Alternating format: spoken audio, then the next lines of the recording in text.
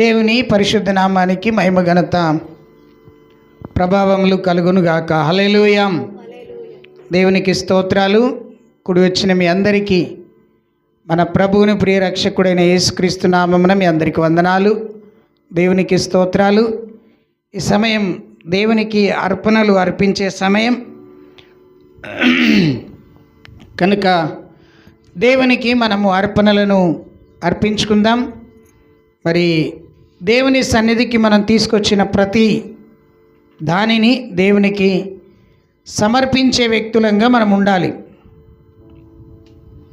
కాబట్టి ప్రభు సన్నిధిలోనికి తీసుకొచ్చిన ప్రతి అర్పణ మనం అర్పిద్దాం. ఒక పాట పాడుతుండగా అర్పణ అర్పించబడుతుంది. నేను చాలాసార్లు లైవ్లో చెప్తా ఉన్నాను. మరి లైవ్లో కూడా మీకు స్కానర్ ఉంటుంది అని చెప్తా ఉన్నాను, కానీ ఇంతవరకు ఎవరు కూడా చేయలేదు. ఒకవేళ మీకు వీలుంటే చేయడానికి ప్రయత్నించండి. దేవునికి స్తోత్రం. మీ కానుకలు, మీ కృతజ్ఞత కానుకలను స్వీకరించడానికి మేము సిద్ధంగా ఉన్నాం. దేవునికి స్తోత్రాలు. సమయం అందున ఒక పాట పాడుతుండగా కానుకలను సిద్ధపరచుకుందాం. దేవుని కానుకలు సమర్పిద్దాం.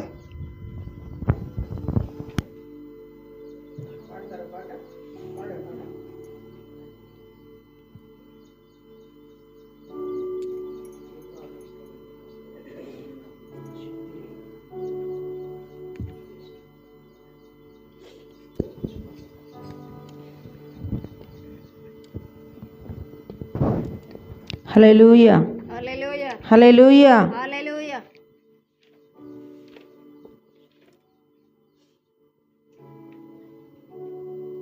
రాజా నీ సన్నిధిలోనే నుంటానయ్యా, మనసారా ఆరాధిస్తూ బ్రతికేస్తానయ్యా. రాజా నీ సన్నిధిలోనే నుంటానయ్యా, మనసారా ఆరాధిస్తూ బ్రతికేస్తానయ్యా. నేనుండాలేనయ్యా, నే బ్రతుకాలేనయ్యా, నేనుండాలేనయ్యా, నీ బ్రతుకాలేనయ్యా. నీవే లేకుండా నేనుండాలేనయ్యా, నీ తోడే లేకుండా నీ బ్రతుకాలేనయ్యా.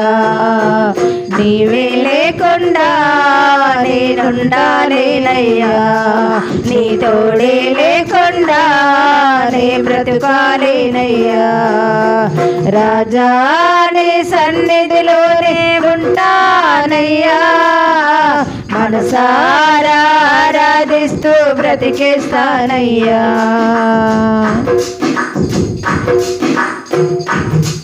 నీ సన్నిధానములో సంపూర్ణ సంతోషము, ఆరాధించుకునే విలువైన అవకాశం. నీ సన్నిధానములో సంపూర్ణ సంతోషము, ఆరాధించుకునే విలువైన అవకాశం. కోల్పోయినవన్నీ నాకు ఇచ్చుటకును, బాధల నుండి బ్రతికించుటకును. కోల్పోయినవన్నీ నాకు ఇచ్చుటకును, బాధల నుండి బ్రతికించుటకును. నీవే రాకపోతే నేనేమైపోతును, నీవే రాకపోతే నేనేమైపోతును. నేనుండాలేనయ్యా, నే బ్రతుకాలేనయ్యా, నేనుండాలేనయ్యా, నే బ్రతుకాలేనయ్యా. నీవే లేకుండా నేనుండాలేనయ్యా, నీ తోడే లేకుండా నే బ్రతుకాలేనయ్యా. రాజా నీ సన్నిధిలోనే ఉంటానయ్యా, మనసారా ఆరాధిస్తూ బ్రతికేస్తానయ్యా. రాజా నీ సన్నిధిలోనే ఉంటానయ్యా, మనసారా ఆరాధిస్తూ బ్రతికేస్తానయ్యా. ఒంటరి పోరు నన్ను విసిగించిన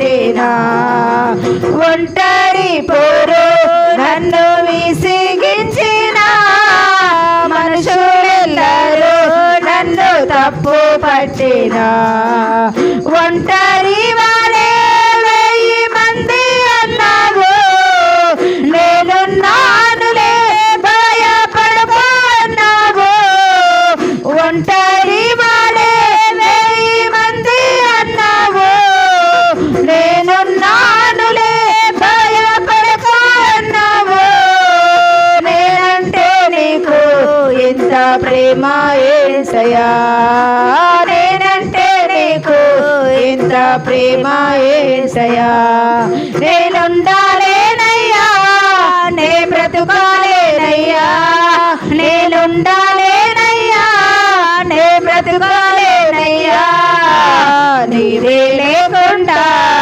నేనుండాలేనయ్యా నీ తోడే లేకుండా నే బ్రతుకాలేనయ్యా నీవే లేకుండా నేనుండాలేనయ్యా నీ తోడే లేకుండా నే బ్రతుకాలేనయ్యా ఊపిరాగే వరకు నీతోనే జీవిస్తా ఏ దారిలో నడిచినా నీ వెంటే నడుచూస్తా ఊపిరాగే వరకు నీతోనే జీవిస్తా ఏ దారిలో నడిచినా నీ వెంటే నడుచూస్తా విశ్వానికి కర్త నీవే నా గమ్యము నీ బాటలు నడుచుట నాకెంతో ఇష్టము విశ్వానికి కర్త నీవే నా గమ్యము నీ బాటలు నడుచుట నాకెంతో ఇష్టము నిన్ను వేచిన దేవుడే లేడయ్యా నిన్ను వేచిన దేవుడే లేడయ్యా నేనుండాలేనయ్యా నే బ్రతుకాలేనయ్యా నేనుండాలేనయ్యా నే బ్రతుకాలేనయ్యా నీవే లేకుండా నేనుండాలేనయ్యా నీ తోడే లేకుండా నే బ్రతుకాలేనయ్యా నీవే లేకుండా నేనుండాలేనయ్యా నీ తోడే లేకుండా నే బ్రతుకాలేనయ్యా హల్లెలూయా హల్లెలూయా ఎత్తబడిన అర్పణల నిమిత్తమై దేవుని యొక్క వాక్యం నిమిత్తం ప్రార్థన చేసుకుందాం. అందరూ కూడా తల్లు వంచినట్లయితే ప్రార్థనతో మనం ముందు కొనసాగుదాం. మన మధ్యలో ఉన్న సహోదరి రాహెలమ్మ గారు ప్రార్థనలో నడిపిస్తారు. ఎత్తబడిన అర్పణల నిమిత్తం దైవలేఖనం నిమిత్తం దేవుడు మనతో మాట్లాడినట్లుగా ప్రార్థనలో నడిపించవలసిందిగా కోరుతున్నాను.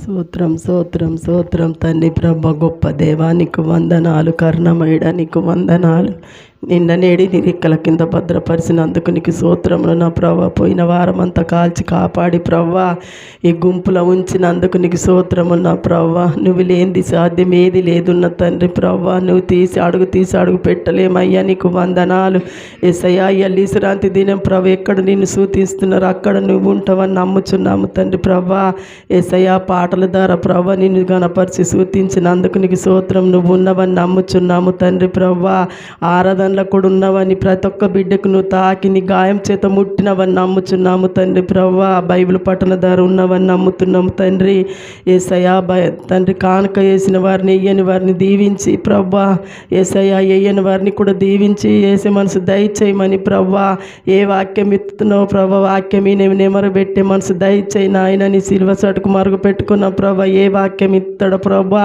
యేసయ్యా నీకు వందనాలు స్తోత్రం నా ప్రభా ఇంకా దైవ సేవకుని బలంగా వాడుకొని సిల్వ చెట్టుకు పెట్టుకోమని ప్రభా యేసయ్యా నీకు స్తోత్రం నా ప్రభా. ఈ ప్రార్థనకైనా తప్పి ఉంటే ప్రభా నీ బంగారు పాదంలో పెట్టుకోమని పరిశుద్ధాత్మతో అడుగుతున్నాము తండ్రి. కూర్చుందాం అందరం కూడా.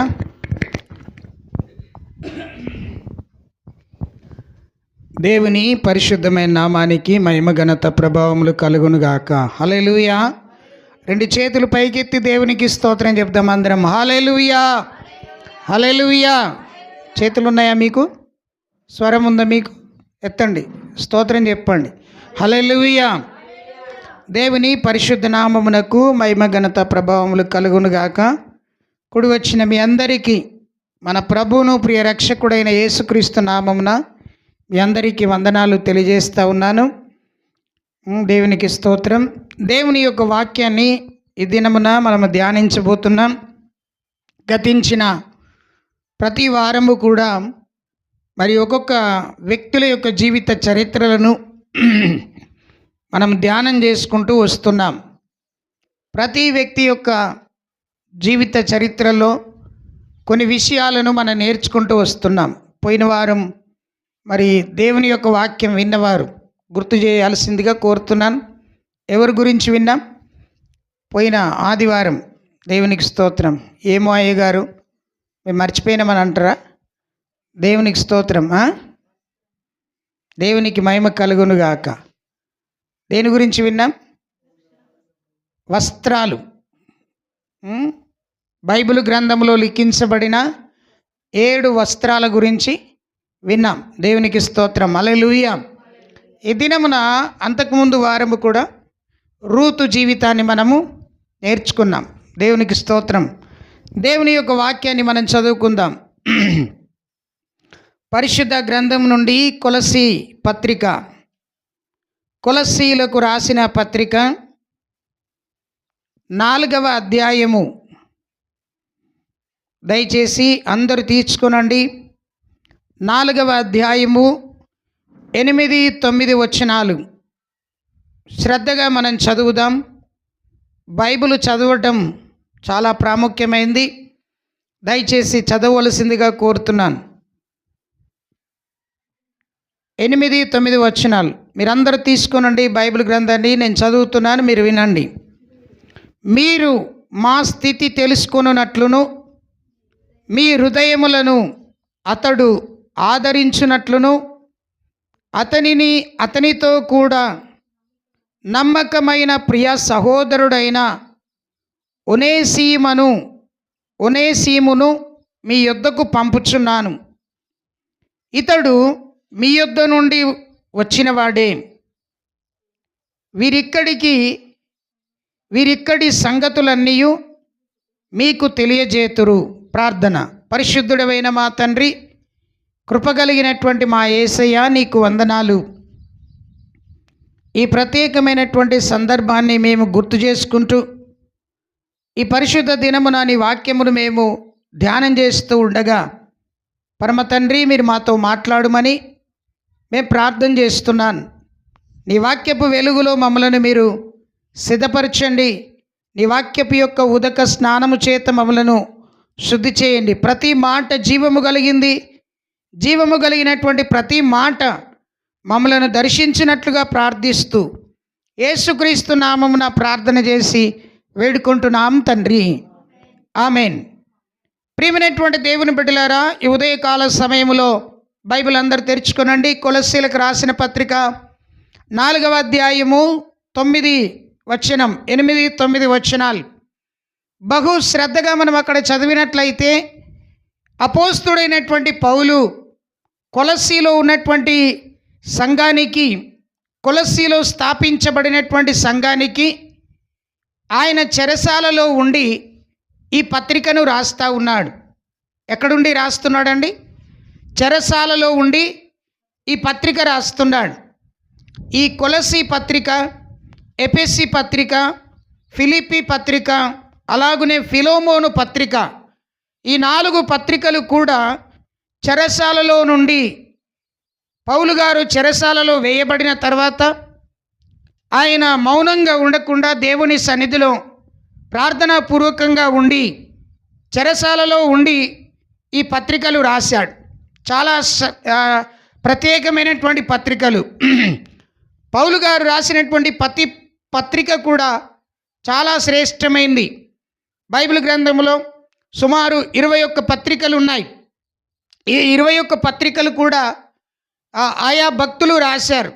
కానీ కొన్ని పత్రికలు మాత్రం మీరు బైబిల్లో చదివినట్లయితే దేవునికి స్తోత్రాలు కలుగునుగాక. హల్లెలూయా, దేవునికి మహిమ. 14 పత్రికలు అపోస్తుడైనటువంటి పౌలు గారు రాశారు. ఈ 14 పత్రికలు కూడా మరి ఈ సంఘ పత్రికలని, చెరసాల పత్రికలని, కాపరి పత్రికలని మనం చదువుతూ ఉన్నాం. దేవుని బిడ్డలారా, పౌలు గారికి ఉన్నటువంటి గొప్ప మనస్సు ఏంటిదని అంటే ఏ వ్యక్తిని విడిచిపెట్టకూడదని తనకున్నటువంటి ఒక గొప్ప మనస్సు. మరి కొలస్సీలో ఉన్నటువంటి సంఘాన్ని బాగా శ్రద్ధగా మనం ఆలోచన చేస్తే ఈ సంఘము చాలా ప్రత్యేకమైనటువంటిది. ఈ సంఘములో ఉన్నటువంటి విశ్వాసులు, ఈ సంఘములో ఉన్నటువంటి ప్రజలను ప్రేమిస్తూ పౌలు గారు చెప్తున్నటువంటి చక్కని మాటలు మనకు అక్కడ కనబడుతూ ఉంటాయి. ఈ సంఘాన్ని ఈ యొక్క బైబిల్ గ్రంథంలో గమనిస్తే ఎపఫ్రా అనేటువంటి వ్యక్తి ఈ సంఘాన్ని స్థాపించాడు. ఈ సంఘములో అనేక మంది విశ్వాసులు ఉన్నారు, దేవుని వెంబడించిన వారు ఉన్నారు. మరి వారందరూ కూడా ఒక చోట కూడుకొని దేవుని ఆరాధిస్తున్నారు, దేవుని స్తుతిస్తున్నారు. మరి ఈ సంఘములో ఉన్నటువంటి ప్రజలకు, ప్రత్యేకించి ఈ సంఘములో ఉన్నటువంటి ఫిలోమోను అనేటువంటి వ్యక్తికి ఈ ఉత్తరాన్ని రాస్తూ ఉన్నటువంటి సందర్భం కనబడుతూ ఉంటుంది.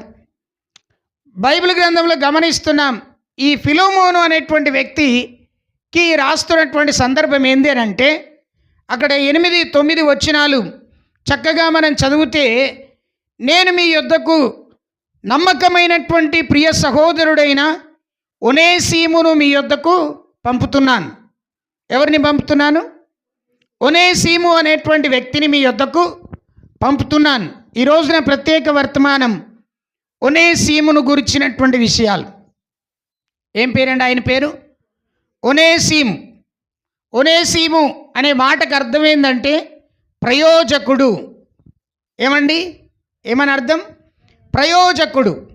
ఈ ప్రయోజకుడు అనేటువంటి అర్థం ఇచ్చే ఈ ఒనేసీముని అపోస్తుడైనటువంటి పౌలు గారు అంటున్నాడు, అయ్యా ఫిలోమోను, నీ యొద్ద నుండి వచ్చినటువంటి యొక్క ఒనేసీముని నీ యొద్దకు నేను మరలా పంపిస్తున్నాను.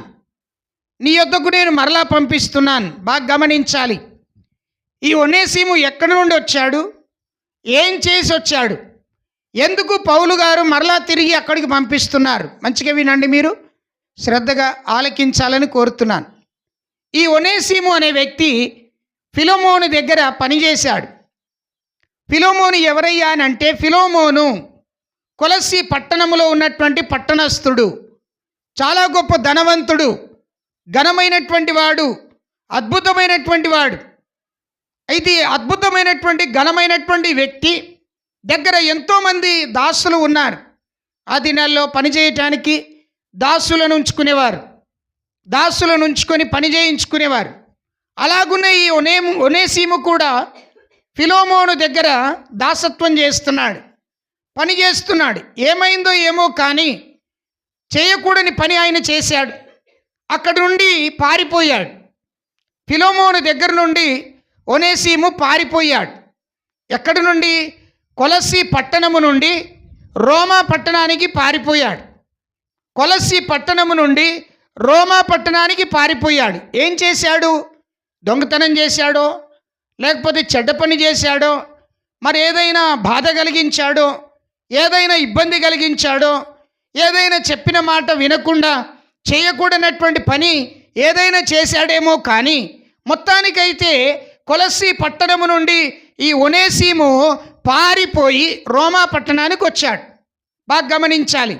రోమా పట్టణములో ఉండినప్పుడు ఈ రోమా పట్టణములో ఉన్నటువంటి ఈ ఒనేసీము మరి పౌలు గారికి ఎలా పరిచయం అయ్యాడు? మీరు ఆలోచన చేసినట్లయితే పౌలు గారికి ఉన్నటువంటి లక్షణం ఏంటంటే దేవుని సువార్తను ప్రకటించటం, ప్రజలకు దేవుని యొక్క సువార్త ప్రకటించటం.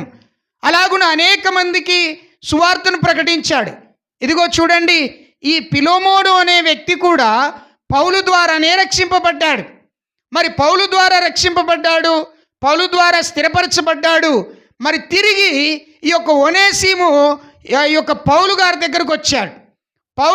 పౌలు గారి దగ్గరికి వచ్చినప్పుడు పౌలు చెప్పినటువంటి మాటలు విన్నాడు, సువార్తను విన్నాడు, యేసు ప్రభువుని అంగీకరించాడు, నిజమైన దేవుడని తెలుసుకున్నాడు, పాపములను ఒప్పుకున్నాడు, తనను తాను తగ్గించుకొని పౌలు గారి దగ్గరనే కొంతకాలం పరిచర్య చేశాడు.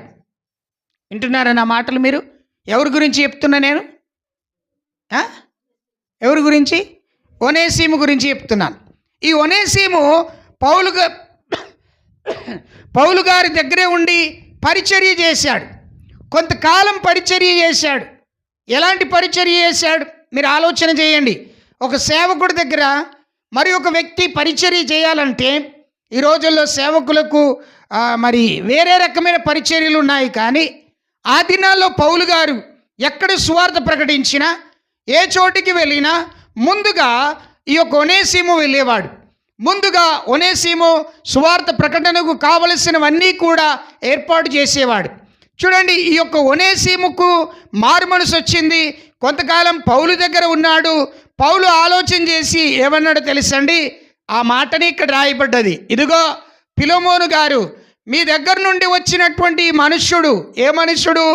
ఒనేసిము అనేటువంటి మనుష్యుడు నమ్మకమైనటువంటి నా ప్రియ సహోదరుని తిరిగి మీ యొద్దకే పంపుతున్నాను. దేవునికి స్తోత్రం, హల్లెలూయా.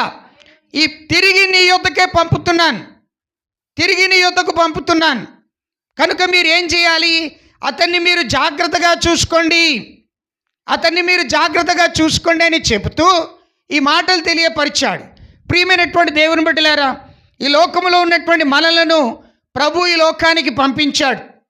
మనము దేవుని యొక్క చిత్తములో ఉన్నాం. మనము తల్లి గర్భంలోనికి పంపబడ్డాం. ఆ తర్వాత భూమి మీద జన్మించాం. మరి వయసు పెరిగింది, జ్ఞానము పెరిగింది, ఆలోచనలు పెరిగినాయి. కానీ పంపబడిన స్థలము నుండి మనము పంపబడినామనే సంగతిని మనం మర్చిపోతున్నాం.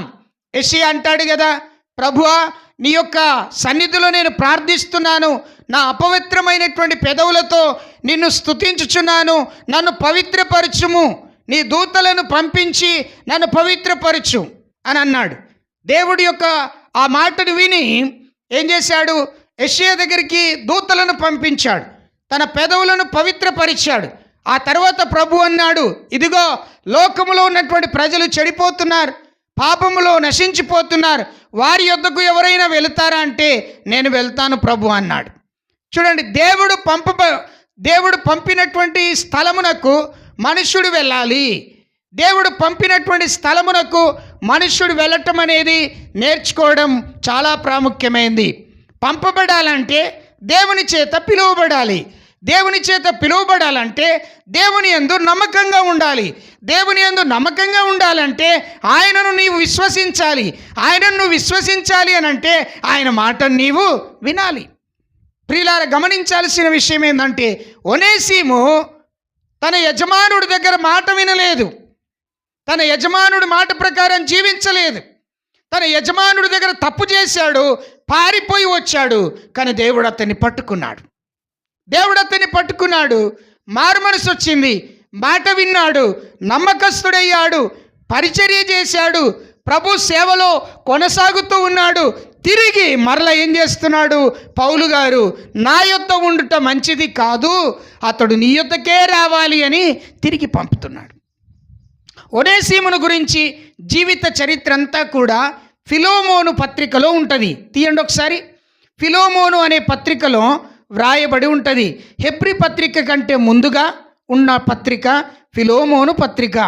చూడండి, ఫిలోమోను అనే మాటకు అర్థమైందంటే ప్రేమించేవాడు. ఏమండి ప్రేమించేవాడు. ఈ ప్రేమించేటువంటి గుణలక్షణం కలిగినటువంటి వ్యక్తి. చూడండి, మొదటి వచనం చదవండి. క్రీస్తు యేసు ఖైదీనైన పౌలును, సహోదరుడైన తిమోతియు, మా ప్రియుడును జతపనివాడైనటువంటి ఫిలోమోనుకు, మన సహోదరి అయిన అప్పియాకు, తోడి యోధుడైనటువంటి అగ్రిప్పుకు, నీ ఇంట ఉన్న సంఘమునకు శుభమని మీకు తెలియపరుస్తున్నాను. ఇది కూడా పౌలు గారే రాశాడు. ఎక్కడ ఉండి రాశాడు? చెరసాల నుండి రాశాడు. చూడండి, ఈ యొక్క ఒనేసీమును పంపేటప్పుడు తుకీకు అనేటువంటి యవనస్తుడికి ఒక పత్రిక రాసి, ఒక ఉత్తరాన్ని రాసి అతని చేతిలో పెట్టి, ఇదిగో నీవు వెళ్ళి ఫిలోమోని ఇంటిలో ప్రార్థన జరుగుతుంది, ఫిలోమోని ఇంటిలో సంఘం ఉన్నది, ఆ సంఘములో ఉన్నటువంటి విశ్వాసులు ఉన్నారు, ఆ సంఘములో ఉన్నటువంటి ప్రజలు ఉన్నారు, అయితే ప్రజలను కాస్తున్నటువంటి వ్యక్తి ఫిలోమోను ఉన్నాడు, అక్కడికి నువ్వు వెళ్ళు, ఈ పత్రికనివ్వు అని చెప్పి పంపించాడు. బాగా వినాల్సిన విషయాలు ఇందులో ఒనేసీమును గురించి రాయబడుతుంది. ఫిలోమోనుకు భార్య ఉన్నది. ఫిలోమోని యొక్క భార్య పేరు అక్కడ చక్కగా రాయబడ్డది. ఏమని రాయబడ్డదండి? దేవునికి స్తోత్రం, అప్పియా. దేవునికి స్తోత్రం, అప్పియా. ఫిలోమోనుకు కుమారుడు ఉన్నాడు, అగ్రిప్ప. దేవునికి స్తోత్రాలు కలుగునుగాక. ఫిలోమోను ఒక సంఘానికి అధ్యక్షుడిగా ఉన్నాడు, ఒక సంఘానికి అధ్యక్షుడిగా ఉన్నాడు. ఫిలోమోను అనే మాటకు అర్థం ప్రేమించేటువంటి వాడు, ప్రేమ గుణం కలిగినటువంటి వాడు. ఈ రోజుల్లో చాలామందికి ప్రేమ గుణం ఉండదు, దూషించే గుణం, అసహించుకునే గుణం, ఎవరిని ఓర్వలేని గుణం ఉంటుంది. కనుక చాలా జాగ్రత్తగా గమనించాలి. క్రీస్తును అంగీకరించిన ఏ మనుష్యుడైనా క్రీస్తు ప్రేమను ధరించుకోవాలి, క్రీస్తు ప్రేమలో నిలిచి ఉండాలి, క్రీస్తు ప్రేమను కలిగి జీవించాలి. దేవునికి స్తోత్రం, హల్లెలూయా. కొట్లాటతో కాని పని, కయ్యముతో కాని పని, గొడవలతో కాని పని దేనితోనైతుంది తెలుసా? ప్రేమతోనవుతుంది. దేవుని ప్రేమ మనుష్యుడిలో ఉండినప్పుడు ఆయన మనుష్యులను ఎంతగానో ప్రేమిస్తాడు. అందుకే ఆయన ప్రేమించాడు గనుక పరలోకాన్ని విడిచి ఈ లోకానికి వచ్చాడు, నరవతారిగా జన్మించాడు, మనుషులందరి కోసం తన ప్రాణాన్ని పెట్టాడు. దేవునికి స్తోత్రం, హల్లెలూయా. పౌలు గారు అంటారు, ఏమని తెలుసండి? ప్రేమ లేని వాడనైతే నేను వ్యర్థుడను అని అంటాడు.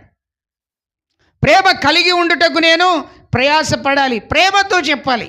ఏ మాట చెప్పినా ప్రేమతో చెప్పాలి. మరి ఫిలోమోను ఇంత ప్రేమ కలిగిన వాడు కదా, మరి ఫిలోమోను దగ్గర నుండి వెళ్ళిపోయినటువంటి ఒనేసీము ఆయన దగ్గరికి పంపబడుతున్నాడు. ఆయన దగ్గరికి పంపబడుతున్నప్పుడు పౌలు గారు రాస్తూ ఉన్నాడు, మంచి వాక్యాలు రాస్తూ ఉన్నాడు. చూడండి, అక్కడ మీరు కొన్ని వచనాలను మనము పౌలు గారు రాస్తున్నటువంటి వచనాలను చదువుదాం. 8-9 వచనాలు. కావున యుక్తమైన దానిని గురించి నీకు ఆజ్ఞాపిస్తున్నాను, క్రీస్తునందు నాకు బహుధైర్యము కలిగి ఉన్నను, వృద్ధుడను, ఇప్పుడు క్రీస్తు యేసు ఖైదీనై ఉన్నాను. పౌలను నేను ప్రేమను బట్టి వేడుకొనుట మరి మంచిదని నా బంధకములో నేను కనిన నా కుమారుడగు ఒనేసీమును నీకోసము నిన్ను వేడుకుంటున్నాను. దేవునికి స్తోత్రం, హల్లెలూయా. బైబిల్ చదవడం నేర్చుకోవాలా. అడ్డమైనవి చదువుతారు, బైబిల్ చదవరు, పనికి మాలని అన్నీ చూస్తారు, దేవుని వాక్యం చూడరు. ఒనేసీము గురించి పౌలు బతిమలాడుకుంటున్నాడు. ఏమని బతిమలాడుతున్నాడు? మనవి చేస్తున్నాడు. ఎవరికి? ఫిలోమోనుకు మనవి చేస్తున్నాడు. నా ప్రియ సహోదరుడమైనటువంటి ఫిలోమోను, అయ్యా నీకు నమస్కారం చేసి నీకు నేను మనవి చేస్తున్నాను. ఏంటి మనవి? ఇదిగో నేను నిన్ను బ్రతిమలాడుకుంటున్నాను. ఏమని బ్రతిమలాడుకుంటున్నాను? నేను నా బంధకముల్లో ఒకరిని కన్నాను, నా బంధకములలో ఒకరిని నేను కన్నాను. ఏ బంధకాలు? చెరసాలలో ఉండినటువంటి బంధకాల్లో, క్రీస్తు కొరకు నేను శ్రమపడినటువంటి బంధకాల్లో, క్రీస్తు నిమిత్తమై పరిచర్య నిమిత్తమై బోధించినప్పుడు దేవుని యొక్క సన్నిధిలో బోధను అంగీకరించిన వారు, అంగీకరించని వారు ఏం చేశారు? నన్ను బంధకములలో వేశారు, చెరసాలలో వేశారు. ఆ బంధకములలో నేను ఉండగా నేను ఒక వ్యక్తిని కన్నాను. ఆ వ్యక్తిని గురించి నిన్నేం చేస్తున్నాను? వేడుకుంటున్నాను. ఆ వ్యక్తి ఎవరో కాదు, నా ఆత్మీయ, నా ప్రియ కుమారుడు, నా బంధకములలో నేను కనిన నా కుమారుడైనటువంటి ఒనేసీము. ఆ ఒనేసీము కొరకు నిన్ను వేడుకుంటున్నాను. పౌలు ఎంత గొప్పవాడండి, ఎంత గొప్పవాడు ఆలోచించండి. క్రీస్తు ప్రజలను చంపాలని అనుకున్నటువంటి సౌలుగా ఉన్నటువంటి ఆ వ్యక్తిని దేవుడు దమస్కు మార్గంలో పట్టుకున్నాడు, పౌలుగా మార్చేశాడు. 3 దినములు ఉపవాసం ఉన్నాడు, కన్నులు మూసుకుపోయినాయి. అననీయ అనేటువంటి దైవభక్తుడు వచ్చాడు, ప్రార్థించాడు, కనుల పొరలు తెరవబడ్డాయి. అప్పటి వరకు కోపము, ఆవేశము, ఆ మనుష్యులను చంపాలి, క్రీస్తు బిడ్డలను చంపాలి అని ఆవేశపరుడై ఆ భయంకరమైనటువంటి విధానముతో ఉన్నటువంటి ఆ వ్యక్తి ఎప్పుడైతే క్రీస్తు దర్శించాడో మారిపోయాడు. క్రీస్తు దర్శించాడో హృదయం, మనస్సు, తలంపులు మారిపోయినాయి. కసితో ఉండేటువంటి వ్యక్తి ప్రేమను చూపించడం నేర్చుకున్నాడు. అననీయ దగ్గర బోధను నేర్చుకున్నాడు, ధర్మశాస్త్రాన్ని నేర్చుకున్నాడు, వాక్యాన్ని పఠించాడు, తన గురువు అయినటువంటి అననీయను వెంబడించాడు. అంత సౌమ్యుడిగా ఉన్నటువంటి అతడు ఎన్నో అద్భుత కార్యాలు చేశాడు, ఎన్నో గొప్ప కార్యాలు చేశాడు. కానీ అంత గొప్పవాడైనటువంటి అతడు ఫిలోమోనుని బతిమలాడుతున్నాడు. ఎవరి కోసం? ఒనేసిము కోసం. హల్లెలూయా. అయ్యా ఉన్నారా మీరు? నన్ను చూడండి. ఉన్నారా? నన్ను చూడండి. మీ పనుల్లో మీరు ఉండొద్దు, మీ పనుల్లో మీరు ఉండొద్దు, నన్ను చూడాలి. ఆదివారం వచ్చినాం, ఎక్కడికి వచ్చాం? దేవుని మందిరానికి వచ్చాం. ఏం వినాలి? వాక్యం వినాలి. ఒక పౌలు గారు ఒనేసిమును గురించి బతిమలాడుకుంటున్నాడు. అయ్యా దయచేసి, నేను వృద్ధుడను, నేను ఖైదీగా ఉన్నాను, నేను చెరసాల్లో ఉన్నాను, నేను రిక్వెస్ట్ చేస్తున్నాను. ఏమని తెలుసండి? నేను బతిమలాడుకుంటున్నాను. దేవుడు కూడా మనల్ని బతిమలాడతాడు తెలుసా అండి? మారు మనసు పొందేంత వరకు బతిమలాడతాడు. మారు మనసు పొందిన తర్వాత నా మాట విను అని నేను బతిమలాడతాడు. అనేక పర్యాయాలు మనం బైబిల్లో చూస్తూ ఉంటాం, అనేక సందర్భాలు మనం చూస్తూ ఉంటాం. అబ్రహాము దేవుని యొక్క సన్నిధిలో ప్రార్థించినప్పుడు అబ్రహామును దేవుడు బతిమలాడాడు. అబ్రహామా, నీ కుమారుని నాకు ఇచ్చుటకు నువ్వు వెనతిరగలేదు కనుక నీవు విశ్వాసం వీరుల జాబితాలో ఉంచబడిన వ్యక్తివి, నీ విశ్వాసులకు తండ్రివైతావని అన్నాడు. Praise the lord. హల్లెలూయా. విశ్వాసానికి తండ్రి అబ్రహాం. అంటే దేవుడు కొన్నిసార్లు నువ్వు తప్పు చేసి పొరపాటు చేసినటువంటి సందర్భాల్లో దేవుని యొక్క వాక్యం నేను బతిమలాడుతుంది. దేవుని వాక్యం నీ దగ్గరకు వచ్చి నేను బలవంతం చేస్తుంది, నిన్ను ఒప్పింపజేస్తుంది. పరిశుద్ధాత్మ దేవుడు నీలోనికి వచ్చి నీ హృదయాన్ని ఒప్పింపజేస్తాడు. ఎందుకు? దేవునితో నీవు కలిసి ఉండాలని, దేవునితో నీవు సంబంధం కలిగి ఉండాలని దేవుడు నిన్ను బతిమలాడుకుంటాడు, ఒప్పింపజేస్తాడు. చాలాసార్లు దేవుని మాట మనం లెక్క చేయం, సేవకుడి మాట లెక్క చేయం, విశ్వాసుల మాట లెక్క చేయం, వాక్యాన్ని లెక్క చేయం. మన ఇష్టానుసారంగా మనము బ్రతుకుతాం. మన ఇష్టమే, మన తలంపే, మన ఉద్దేశమే మనం నెరవేర్చుకుంటాం. ఇక్కడ మొదటి విషయం, ఒనేసిమును గురించి పౌలు గారు బతిమలాడుతున్నాడు. ఎవరిని బతిమలాడుతున్నాడు? ఎవరిని బతిమలాడుతున్నాడండి? ఫిలోమోనుని బతిమలాడుతున్నాడు. ఒకటి. రెండవది ఆయన అంటాడు, నేను కనిన నా కుమారుడు. మొదటిదే ఇది. నేను కన్నాను. ఎలా కన్నాను? ఆయనకు సువార్త చెప్పాను, ఆయనకు మారు మనసు వచ్చింది, ఆయనకు వాక్యాన్ని బోధించాను, ఆయనను పాప స్థితిలో నుండి బయటికి తీసుకొచ్చాను. హల్లెలూయా. చాలామందిని మనం కంటాం, ఆత్మీయంగా నా కుమారుడు, ఆత్మీయంగా నా కుమార్తె అని చెప్పుకుంటాం. కానీ వారు ఉంటారో ఉండరో కూడా తెలియదు. కానీ ఈ ఒనేసిమును గురించి అంటున్నాడు, నేను కన్నానయ్యా. ఈ రోజుల్లో సంఘాల్లో కనేవారు లేరు. ఏమండి గొర్రెలను ఏం చేస్తాయి? కంటాయి. కాపరి గొర్రెలను కనడు. గొర్రెలను ఏం చేస్తాడు? మేపుతాడు, గొర్రెలను కాస్తాడు, గొర్రెలకు కావలసినవన్నీ ఏర్పాటు చేస్తాడు కాపరి. కనేదెవరు? గొర్రెలే. జాగ్రత్తగా వినాలి. పౌలు అంటాడు, నేను మిమ్మలను బతిమలాడుకుంటున్నాను. రెండవది చూడండి, అక్కడ 11వ వచనం. దేవునికి స్తోత్రం. ఏమంటున్నాడు అక్కడ? అతడు మునుపు నీకు నిష్ప్రయోజకుడైన వాడే గాని ఇప్పుడు నీకును నాకును ప్రయోజనకరమైన వాడాయను. రెండవ మాట ఏమంటున్నాడు? ఈ ఒనేసిము మునుపు నిష్ప్రయోజకుడు అంటే పనికిరానటువంటి వ్యక్తి. మునుపు ఈయనకు ఏ రకంగా కూడా పనికిరాడు, కానీ ఇప్పుడు మాత్రం నీకు పనికొస్తాడు, నాకు పనికొస్తాడు. మీకు తెలుసు కదా, యేసయ్య ఉపమానం చెప్పాడు. ఏమని? ఉప్పును గురించి ఉపమానం చెప్పాడు. ఏం చెప్పాడండి? ఉప్పును గురించి ఉపమానం చెప్పాడు. బైబిల్లో మీరు చదవండి, మత్తయి సువార్తలో మీరు మొదటి 5వ అధ్యాయంలో చదివితే అక్కడ ఉంటుంది. 13-14 వచనాల తర్వాత చదివితే ఉంటుంది. ఏమని తెలుసండి? మీరు లోకమునకు ఉప్పై ఉన్నారు. ఉప్పు నిస్సారమైతే అది దేని వలన సారము పొందును? నిష్ప్రయోజనం అంటే అర్థమైంది.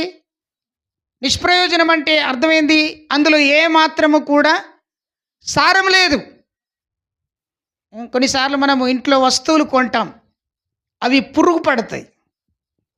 మనం బియ్యం దాచిపెట్టామనుకోండి, కొన్ని నెలలు 1 సంవత్సరం పాటు దాచిపెట్టామనుకోండి, ఏమైతాయి? అవన్నీ పురుగులు తయారవుతాయి. అందులో నుండి తీసి మనం అది వాడుకుందామంటే అవి పనికిరావు. అంటే ప్రయోజకరమైనటువంటి దాన్ని దాచిపెడితే ఏమైంది? అది నిష్ప్రయోజనమైంది. ఉప్పు మంచిదే కానీ ఉప్పులో ఉన్నటువంటి సారం పోతే, ఏమండి, ఉప్పు మంచిదే కానీ ఉప్పు రుచికరమైనది, ఉప్పు తెలుపు కలిగినది, ఉప్పు మనుషుడికి ఏం చేస్తుంది? ఆరోగ్యాన్ని కలిగిస్తుంది. అయినను దానిలో సారం లేకపోతే అది దేనికి పనికిరాదు. దేనికి ప్రయోజనం లేదు. మనం కూడా కొన్నిసార్లు మనం మంచోళ్ళమే, మన హృదయం మంచిదే, మన తలంపులు మంచివే, కానీ మనం మాట్లాడితే అక్కడ పని జరగదు. అంటే మన మాట వెళ్ళలేదు, మనం మాట్లాడితే గొడవ సృష్టించబడుతుంది, మనం మాట్లాడితే అక్కడ సమస్య సృష్టించబడుతుంది. అందుకే కొలస్సీలకు రాసిన పత్రికలోనే ఒక మాట ఉంటుంది, మనం మాట్లాడే ప్రతి మాటనట, మనము సంభాషించే ప్రతి సంభాషణట ఉప్పు వేసినట్టుగా ఉండాలి. అంటే రుచికరమైనదిగా ఉండాలి. నిస్సారమైతే ఏమవుతుంది? అది రోడ్డు మీద వేయబడి మనుషులందరి చేత తొక్కబడుతుంది. అంటే ప్రయోజనం కోల్పోతుంది. ఒనేసిమును గురించి పౌలు గారు ఈ యొక్క ఫిలోమోనుతో చెప్తున్న మాట కూడా అదే. నా ప్రియ సహోదరుడైనటువంటి ఫిలోమోన్, ఒకప్పుడు ఈయన నిష్ప్రయోజకుడిగా ఉన్నాడు, ఒకప్పుడు ఇతడు పనికిరాని వ్యక్తిగా ఉన్నాడు, ఇప్పుడు మాత్రం ఖచ్చితంగా నీకును నాకును పనికొస్తాడు. అమ్మలారా, అయ్యలారా, మీకు గుర్తు చేస్తున్నాను, నువ్వు నీ ఇంటిలో పనికొచ్చే పాత్రగా ఉన్నావా? నువ్వు ఇంటిలో పనికొచ్చే వ్యక్తిగా ఉన్నావా? పనికి రాని వ్యక్తిగా ఉన్నావా? ఏ రకంగా ఉన్నావు? ఆలోచన చేయండి ఒకసారి. నువ్వు పనికి రాని వ్యక్తిగా ఉంటే నిన్నెవ్వరు పట్టించుకోరు. పనికి వచ్చే పాత్రగా, వ్యక్తిగా నువ్వు మారాలి. అంటే ప్రయోజకుడు కావాలి. కొంతమంది యొక్క జీవితం ఎలా ఉంటుందంటే, ఎక్కడ వేసిన గొంగడి అక్కడే ఉన్నట్టుగా ఉంటుంది. ఎంత ప్రార్థన చేసినా, ఎంత విశ్వాసం ఉన్నా, ఎంత నమ్మకంగా ఉన్నా, ఎంత కన్నీరు కార్చినా, ఎక్కడుండేవారు అక్కడనే. ఎందుకంటే ప్రయోజనం లేదు. పౌలు అతని గురించి బతిమలాడుతున్నాడు. అప్పుడు నీకు ఇప్పుడు ఒకప్పుడు అతడు నీకు నిష్ప్రయోజకుడే కానీ ఇప్పుడు మాత్రం ప్రయోజకుడు, నీకు నాకు ప్రయోజకుడు. ఆయన గురించి 2వ మాట ప్రయోజకుడు అని చెప్తున్నాడు. 3వ మాట చూడండి, 12వ వచనం. నా ప్రాణము వంటి వాడైనను అతనిని నీ యొద్దకు తిరిగి పంపి ఉన్నాను. ఏమంటున్నాడు పౌలు గారు? నీ యొద్దకు నేను పంపినటువంటి వ్యక్తి ఎలాంటి వాడో తెలుసండి? నా ప్రాణము లాంటి వాడు. అంటే ఇప్పుడు ఒనేసిము దొంగతనం చేశాడా, పాపం చేశాడా, తప్పు చేశాడా, అక్కడి నుండి పారిపోయాడు, రోమాకు వెళ్ళాడు, పౌలు గారు చెప్పిన సువార్తను విన్నాడు, యేసయ్యను గురించి మారు మనసు పొందాడు, పరిశుద్ధాత్మను పొందుకున్నాడు, పరిచర్య చేశాడు, తిరిగి పంపబడ్డాడు. ఇప్పుడు ఏమంటున్నాడు? ఈ ఒనేసిమును చూసి ఏమంటున్నాడు? ఇదిగో ఫిలోమోన్, ఈ యొక్క ఒనేసిము నా ప్రాణము లాంటి వాడు. అంటే దాని అర్థం ఏంది? ఈ ఒనేసిమును నువ్వు ఏమీ అనకూడదు, ఒనేసిమును నీవేమీ ఇబ్బంది పెట్టకూడదు.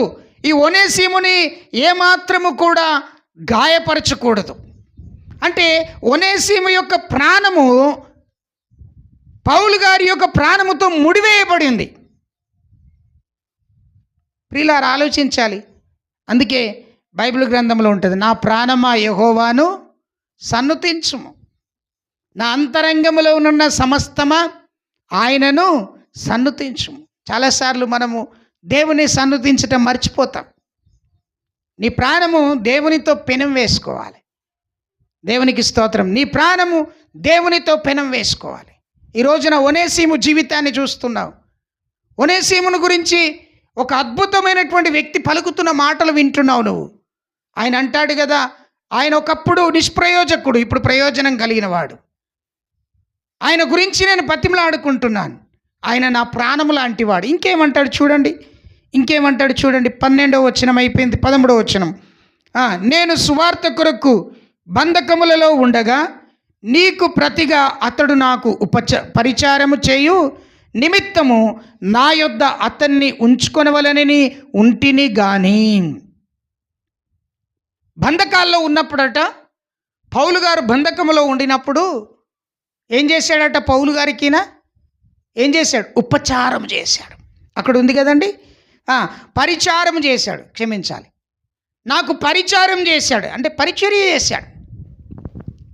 సేవకుడితో చేయించుకునే వాళ్ళు ఉన్నారు ఈ రోజుల్లో, సేవకుడికి చేసేవారు లేరు. సేవకుడు చేపించుకునేవారు ఉన్నారు, కానీ సేవకుడికి చేసేవారు లేరు. సేవకుడికి ఎలా చేయాలో తెలుసండి? స్వచ్ఛందంగా చేయాలి, చెప్పకముందే చేయాలి.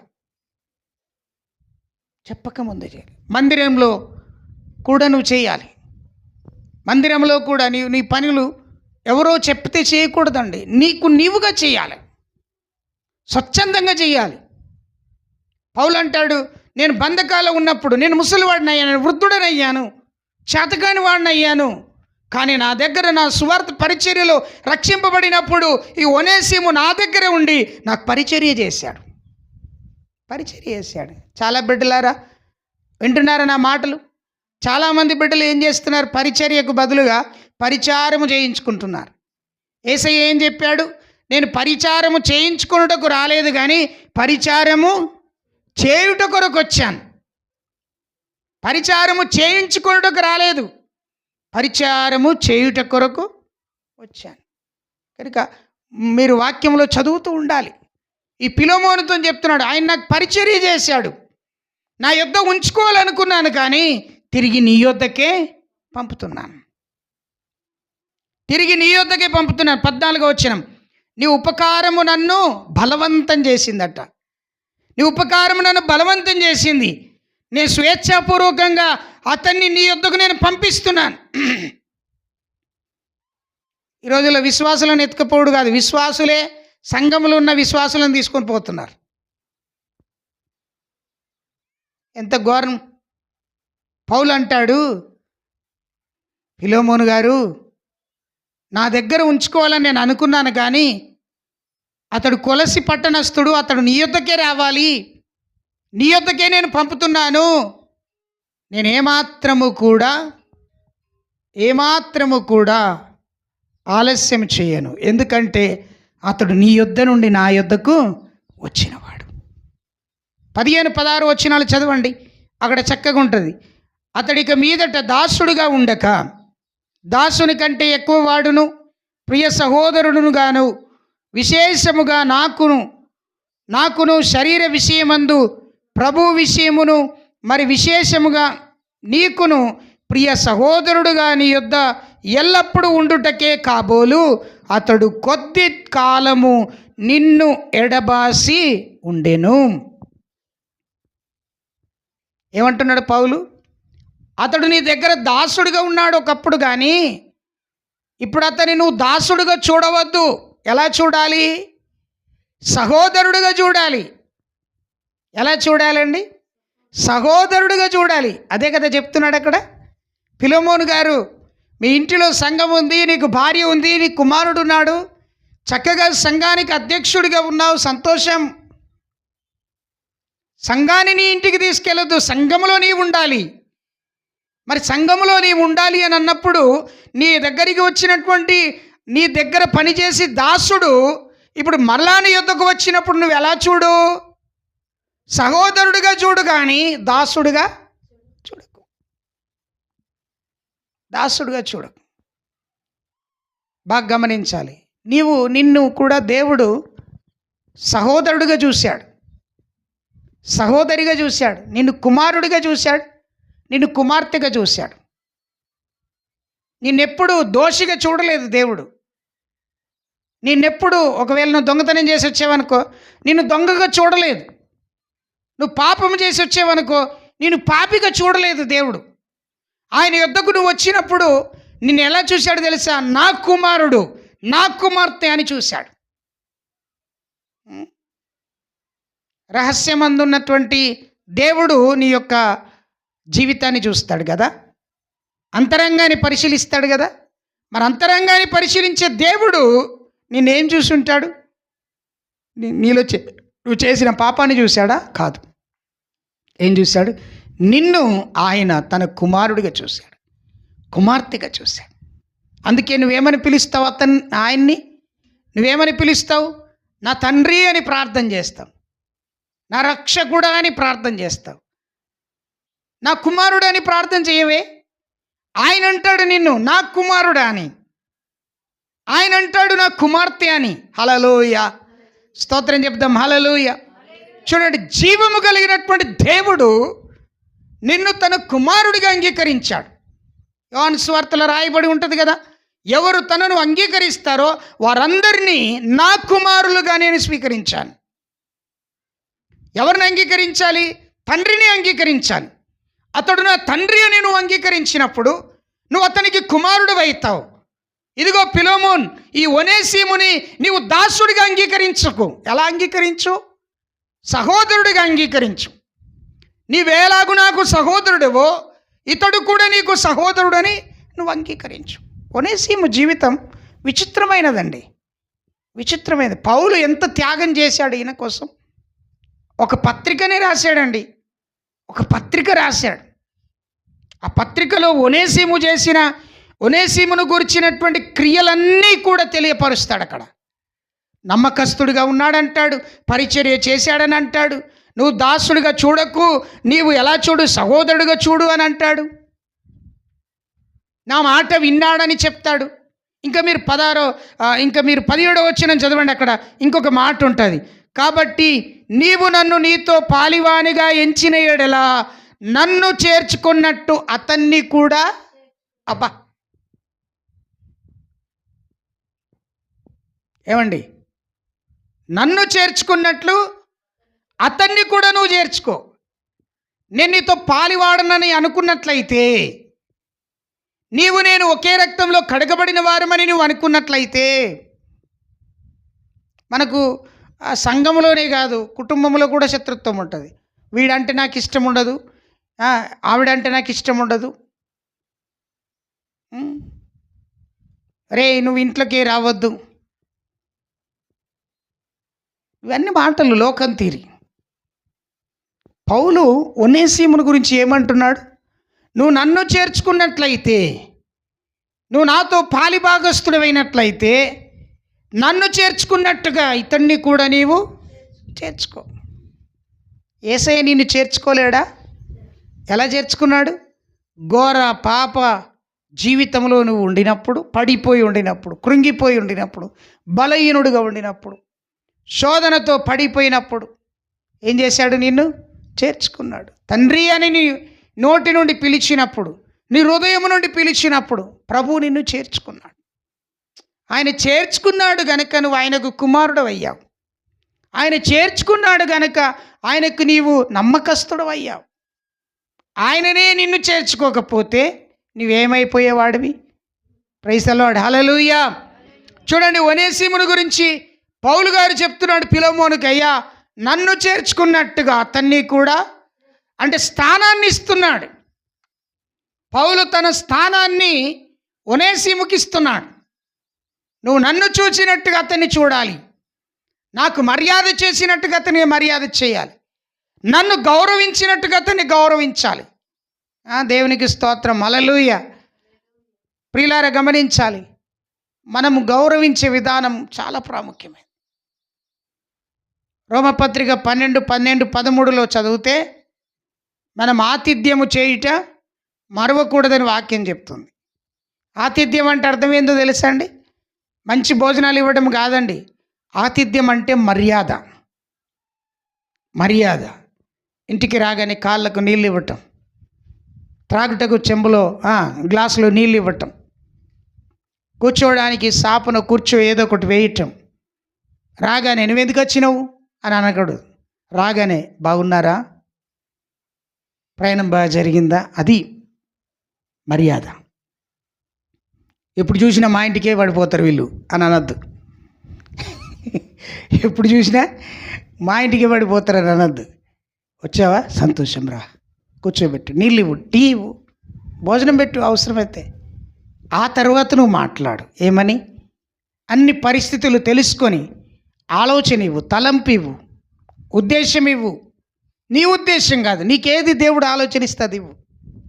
పర్లేదు, మనం వెళ్ళేటప్పుడు ఏం తీసుకొని పోం. చూడండి, మంచి మందిరం కట్టాం, ఇల్లు కట్టుకున్నాం, మంచిగా దేవుడు సంఘాన్ని ఇచ్చాడు, విశ్వాసాలను ఇచ్చాడు. నేను పోయేటప్పుడు వస్తున్నాం, మీరు అందరూ ఎవరు రారు. ఇక్కడ ఉన్నది ఏదైనా వస్తుందా? ఏది రాదు నాతో. నేను ఒక్కని పోతాను. కానీ పోయేటప్పుడు నాతో వచ్చేదేం తెలుసా? నేను చేసిన నీతి క్రియలు నాతో వస్తాయి. నేను కలిగి ఉన్న రక్షణ నన్ను తీసుకెళ్తుంది. నేను కలిగి ఉన్న నా విశ్వాసం నా ప్రభువుతో కలుపుతుంది. అంతేగాని వేరేలాగా ఉండకూడదు. స్తోత్రం, హల్లెలూయా. దేవునికి మహిమ కలుగునుగాక. అక్కడ అంటాడు, నన్ను చేర్చుకున్నట్టు నువ్వు అతన్ని చేర్చుకో. 18వ వచనం కీలకమైన వచనం, చదవండి ఒకసారి. అతడు నీకు ఏ నష్టమైనను కలగజేసిన ఎడలను, నీకు ఏమైనను రుణమున్న ఎడలను అది నా లెక్కలో చేర్చు. అది నా లెక్కలో చేర్చుము. పౌలను నేను నా స్వహస్తాలతో ఈ మాట వ్రాయిచున్నాను. దేవునికి స్తోత్రం.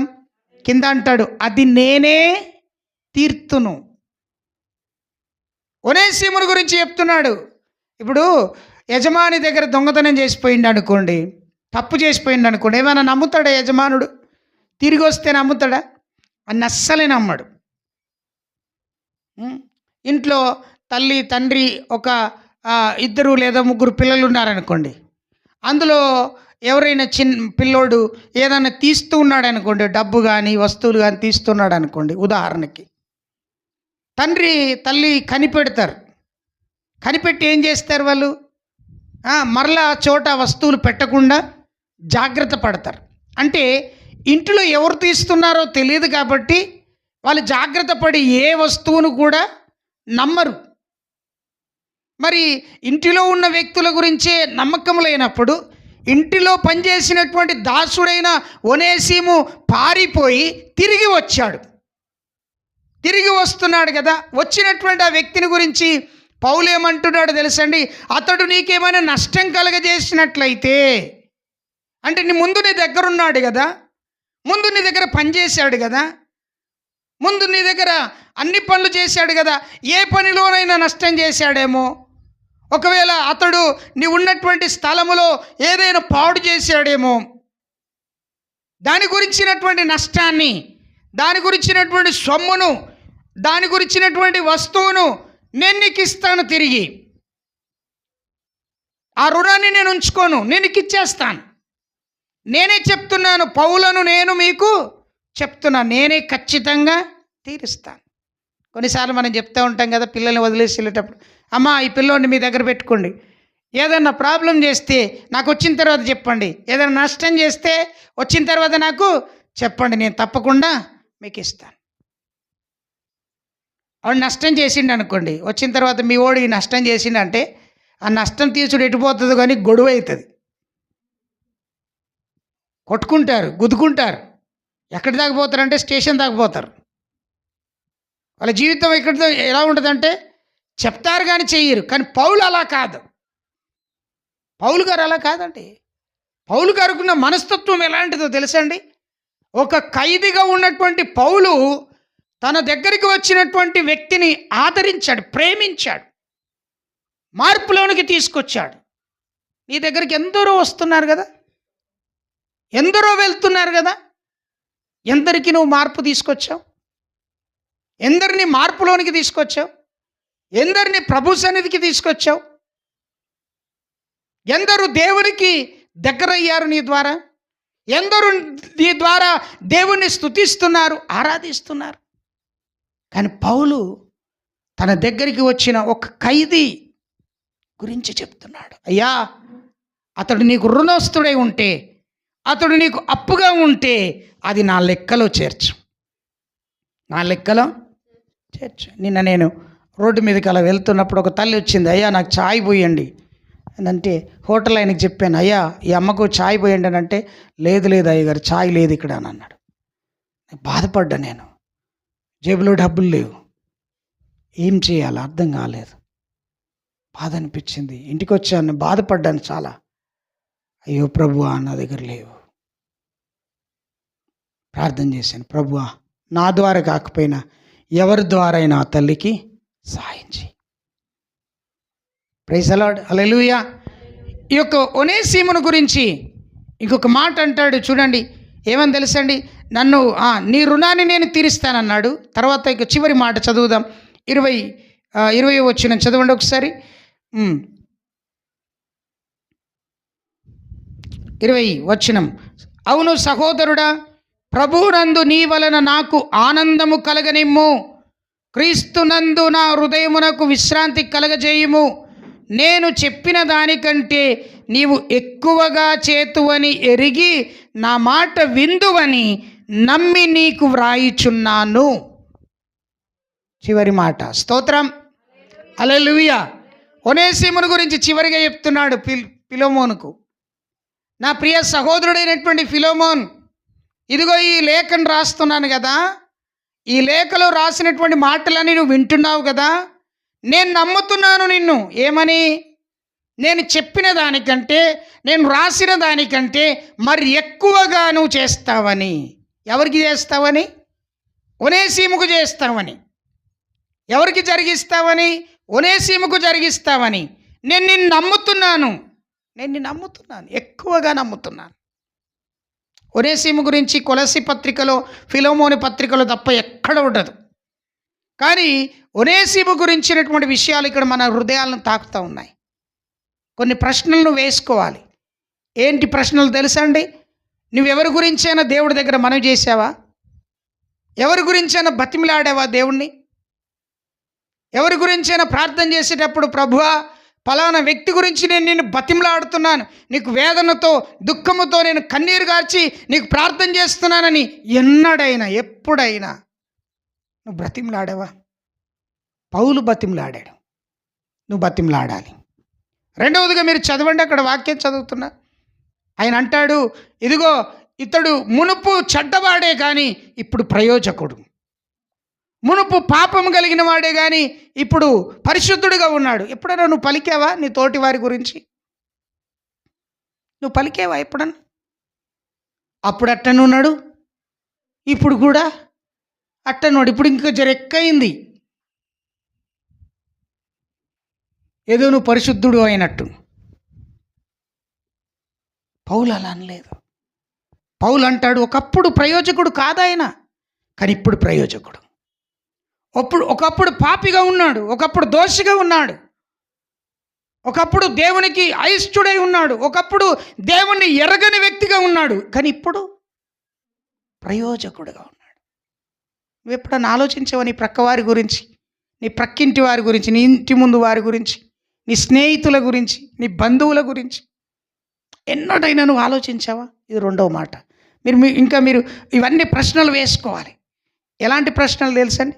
ఎప్పుడైనా నీ ప్రక్కింటి వాడు, ఇతడు నా ప్రాణం లాంటోడు అని అన్నావా? అబ్బో ఇడు నా ప్రాణం తీస్తాడని అంటావు, కానీ ఏమంటావు నువ్వు? అబ్బో ఇతడు నా ప్రాణం తీస్తాడు కానీ నా ప్రాణం లాంటి వాడని ఎన్నడని అన్నవా? మనం మన కులుకునే మనసు, కులుకునే హృదయం, కులుకునే ఆలోచన తప్ప అవును ఇతడు నా ప్రాణము లాంటి వాడే, నువ్వు పలకాల. అలా ప్రార్థన చేయాలి. ప్రభువా నన్ను ముట్టక ముందు, అతన్ని ముట్టక ముందు నన్ను ముట్టు ప్రభువా. ప్రార్థన చేయాలి. స్తోత్రం, హల్లెలూయా. నువ్వు బంధకాల్లో ఉన్నప్పుడు, నువ్వు కష్టంలో ఉండినప్పుడు అతడు నీకు సాయం చేస్తే అతన్ని మర్చిపోతురు. ఉత్తగనే చేసిండా, పైసలు ఎత్తి చేసిండు, టిఫిన్ పెడితే చేసిండు, భోజనం పెడితే చేసిండు, బస్సుకు ఛార్జ్ ఇస్తే చేసిండు, వచ్చిండు. ఇట్లా అనకూడదు. నా బంధకంలో ఉన్నప్పుడు నాకు సహాయం చేశాడు. మర్చిపోవద్దు. ప్రియులారా, గమనించాలి. దేవుని దగ్గర నువ్వు నేర్చుకోవాల్సిన విషయాలు ఇవి. ఒనేసిమును గురించి పౌలు గారు పలుకుతున్నాడు. ఏమని తెలుసండి? అతన్ని నువ్వు గణపరచు, గణపరచు, గణపరచు, గణపరచు. దాసుడని అనొద్దు, ఇప్పుడు సహోదరుడు అనాల. దేవుని మందిరంలో వరుసలు పెట్టొద్దు.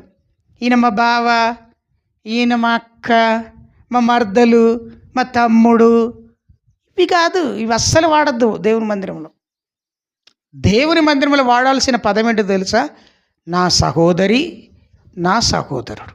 హల్లెలూయా. నా సహోదరి, నా సహోదరుడు. జాగ్రత్తగా. ఈ యొక్క ఫిలమోనుతో పౌలు గారు చెప్తున్నటువంటి చివరి మాట ఏందో తెలుసండి? అతడి కొరకు నేను ప్రార్థన చేస్తున్నాను, మీ కొరకు కూడా నేను ప్రార్థన చేస్తాను. అతడి కొరకు దేవుని దగ్గర మనవి చేస్తున్నాను, మీ కొరకు కూడా నేను మనవి చేస్తాను. మీరు ధైర్యం తెచ్చుకొని అతన్ని మీరు చేర్చుకోనండి. ఈ వాక్యములో ఉన్నటువంటి సారాంశం అంతా ఏంటిదో తెలుసండి? వాక్యములో ఉన్నటువంటి సారాంశం అంతా, ఈ ఒనేసిము యొక్క జీవితంలో ఉన్న సారాంశం అంతా ఏంటిదో తెలుసండి? ఒకప్పుడు హేయుడు, ఇప్పుడు ప్రియుడు. ఏమండి? ఒకప్పుడు హేయుడు, ఇప్పుడు ప్రియుడు. అంతే. నువ్వు కూడా అంతే, నేను కూడా అంతే. ప్రియులారా, ఈ యొక్క ఉదయకాలం ప్రభు మనతో మాట్లాడుతున్నాడు. ఒనేసిము కలిగి ఉన్న లక్షణాలు పౌలు గారు గుర్తించి ఎవరికి తెలియపరుస్తున్నాడో తెలుసా? ఫిలోమోనుకు తెలియపరుస్తున్నాడు. ఎక్కడి నుండి వచ్చాడో అక్కడికే మరలా పంపుతున్నాడు. మీకు తెలుసు కదా, హాగరు ఎక్కడి నుండి వచ్చింది? సారా దగ్గర నుండి వచ్చింది. మరలా దేవుడు ఎక్కడికి పంపించాడు? అక్కడికే పంపించాడు. యోసేపు ఎక్కడి నుండి వచ్చాడు? తండ్రి ఇంటి నుండి వచ్చాడు. ఎక్కడి నుండి తన అన్నదమ్ములు వచ్చారు? తండ్రి ఇంటి నుండి వచ్చాడు. మరలా అక్కడికే పంపించబడ్డాడు. దానియేలు ఎక్కడి నుండి వచ్చాడు? దేవునికి స్తోత్రం. ఎస్తేరు ఎక్కడి నుండి వచ్చింది? మొర్దెకై ఎక్కడి నుండి వచ్చాడు? బాగా గమనించాలి. ఇవన్నీ విషయాలు మీరు జ్ఞాపకం చేసుకోండి. యేసు ప్రభు కూడా ఎక్కడి నుండి వచ్చాడు? పరలోకం నుండి వచ్చాడు. ఆయన కన్య అయిన మరియ గర్భంలో నీకు వచ్చి ఆయన పరిశుద్ధుడిగా ఈ లోకంలో జన్మించాడు.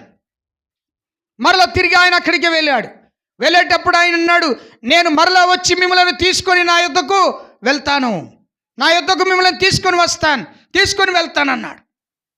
నేను ముందుగా వెళ్తున్నాను, మీకు స్థలాన్ని సిద్ధపరుస్తాను, మిమ్మల్ని ఘనపరచాలని, మిమ్మల్ని స్థిరపరచాలని నేను కోరుకుంటున్నానని ప్రభువు చెప్పాడు. ప్రియులారా, ఒనేసిము ఎక్కడి నుండి వచ్చాడో, ఎక్కడ తప్పు చేశాడో, ఎక్కడ దొంగతనం చేశాడో, ఎక్కడ చేయకూడని పని చేశాడో, ఎక్కడి నుండి పారిపోయి వచ్చాడో అక్కడికే పంపించాడు పౌలు. మోషే కూడా ఎక్కడి నుండి వచ్చాడు? ఐగుప్తు దేశం నుండి వచ్చాడు. మరలా దేవుడు ఐగుప్తు దేశానికే పంపించాడు. ఇశ్రాయేలు ప్రజలకు వ్యతిరేకంగా మాట్లాడిన ఐగుప్తుని తీసి ఇసుకలో పాతిపెట్టాడు. ఒక వ్యక్తిని చంపివేసి నరహంతకుడిగా మారిపోయి ఆ ఊరిని, పట్టణాన్ని, దేశాన్ని విడిచిపెట్టి పారిపోయి వచ్చాడు. ఇత్రో అనే మామ దగ్గర వచ్చి ఉన్నాడు. జాగ్రత్తగా వినాల్సిన విషయాలు ఇవి, మీరు నేర్చుకోవాల్సిన విషయాలు ఇవి. ప్రియ స్నేహితులారా, సహోదరులారా, ఒనేసిము జీవితం కూడా అలాంటిదే. ఎక్కడి నుండి వచ్చాడో మరలా అక్కడికే పంపబడ్డాడు. నిన్ను ఈ లోకానికి పంపింది కూడా దేనికోసం తెలుసా? ఈ లోకాన్ని విడిచి ఒకసారి నా దగ్గరికి తిరిగి వస్తావని నిన్ను ఈ లోకానికి పంపించాడు. అందరూ చనిపోతున్నారు, నేనే ఎందుకు బ్రతుకుతున్నానంటే, నువ్వు బ్రతకడానికి ఒక కారణం ఏంటో తెలుసా? నీ ద్వారా దేవుని యొక్క సువార్త ప్రకటించబడాలి. నీ ద్వారా ఒక వ్యక్తి మార్పు చెందాలి. నీ ద్వారా ఒక వ్యక్తి తన జీవితాన్ని మార్చుకోవాలని దేవుడు ఉద్దేశమై ఉన్నది. అందుకే దేవుడు నిన్ను బ్రతికిస్తున్నాడు, ఈ లోకంలో సంచరింపజేస్తున్నాడు. తలలు వంచుదాం, ప్రార్థించుకుందాం. ప్రభు దగ్గర ప్రార్థనాపూర్వకంగా మన హృదయాలను దేవునికి మనం సిద్ధపరుచుకుందాం. ప్రభువా, దేవానికి స్తోత్రం. ఒనేసిము యొక్క జీవితాన్ని ఈ రోజున నువ్వు నాకు గుర్తు చేశావు, అందుని బట్టి నీకు స్తోత్రం చెల్లిస్తున్నాం. ఒనేసిము యొక్క జీవితంలో కలిగిన ఒక గొప్ప మార్పును నేను చూస్తున్నాను దేవా. ఒనేసిము ఏ విధంగానైతే మారు మనసు పొంది తిరిగి తన యజమానుడి దగ్గరికి పంపబడ్డాడో నాయనా, దాసుడిగా కాకుండా సహోదరుడిగా పంపబడినట్టుగా నేను కూడా నా కుటుంబములో ఏ విధంగానైతే పాపము ద్వారా, శాపము ద్వారా, బలహీనత ద్వారా రక్షింపబడ్డానో నాయనా, నా ప్రజలు కూడా అలా రక్షింపబడాలి. నా ప్రజలు కూడా అలా రక్షింపబడాలి. ప్రార్థించుదామా. సహోదరుడా, సహోదరి, ఇదిగో ఈ సమయం నీది.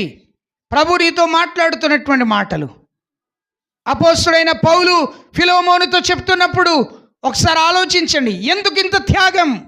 పౌలు గారికి ఎందుకింత త్యాగం? ఒక దాసుడి పట్ల ఎందుకింత త్యాగం?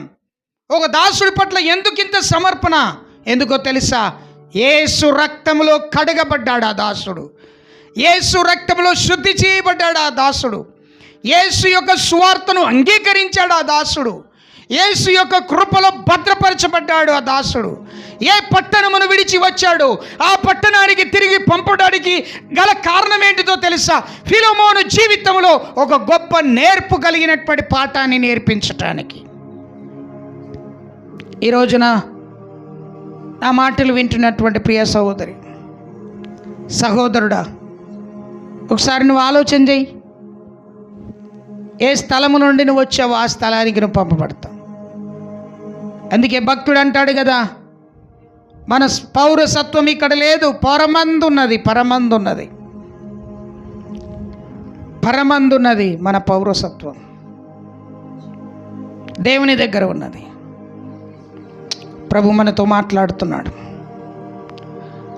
ప్రభు మనల్ని దర్శిస్తున్నటువంటి దర్శనం ఇది. ప్రభువా, ఈ సమయాన్ని నిన్ను స్తుతిస్తున్నానయ్యా. ఈ సమయంలో మమ్మల్ని మేము నీకు అప్పగించుకుంటున్నాం, నీకు స్తోత్రాలు చెల్లిస్తున్నాం. ప్రార్థించుదాం. అందరూ ప్రార్థన చేయండి, ప్రార్థన చేయండి, ప్రార్థన చేయండి. ఒనేసిములాగా నీవు కూడా తప్పిపోయావేమో. ఒనేసిములాగా నీవు కూడా పారిపోయావేమో.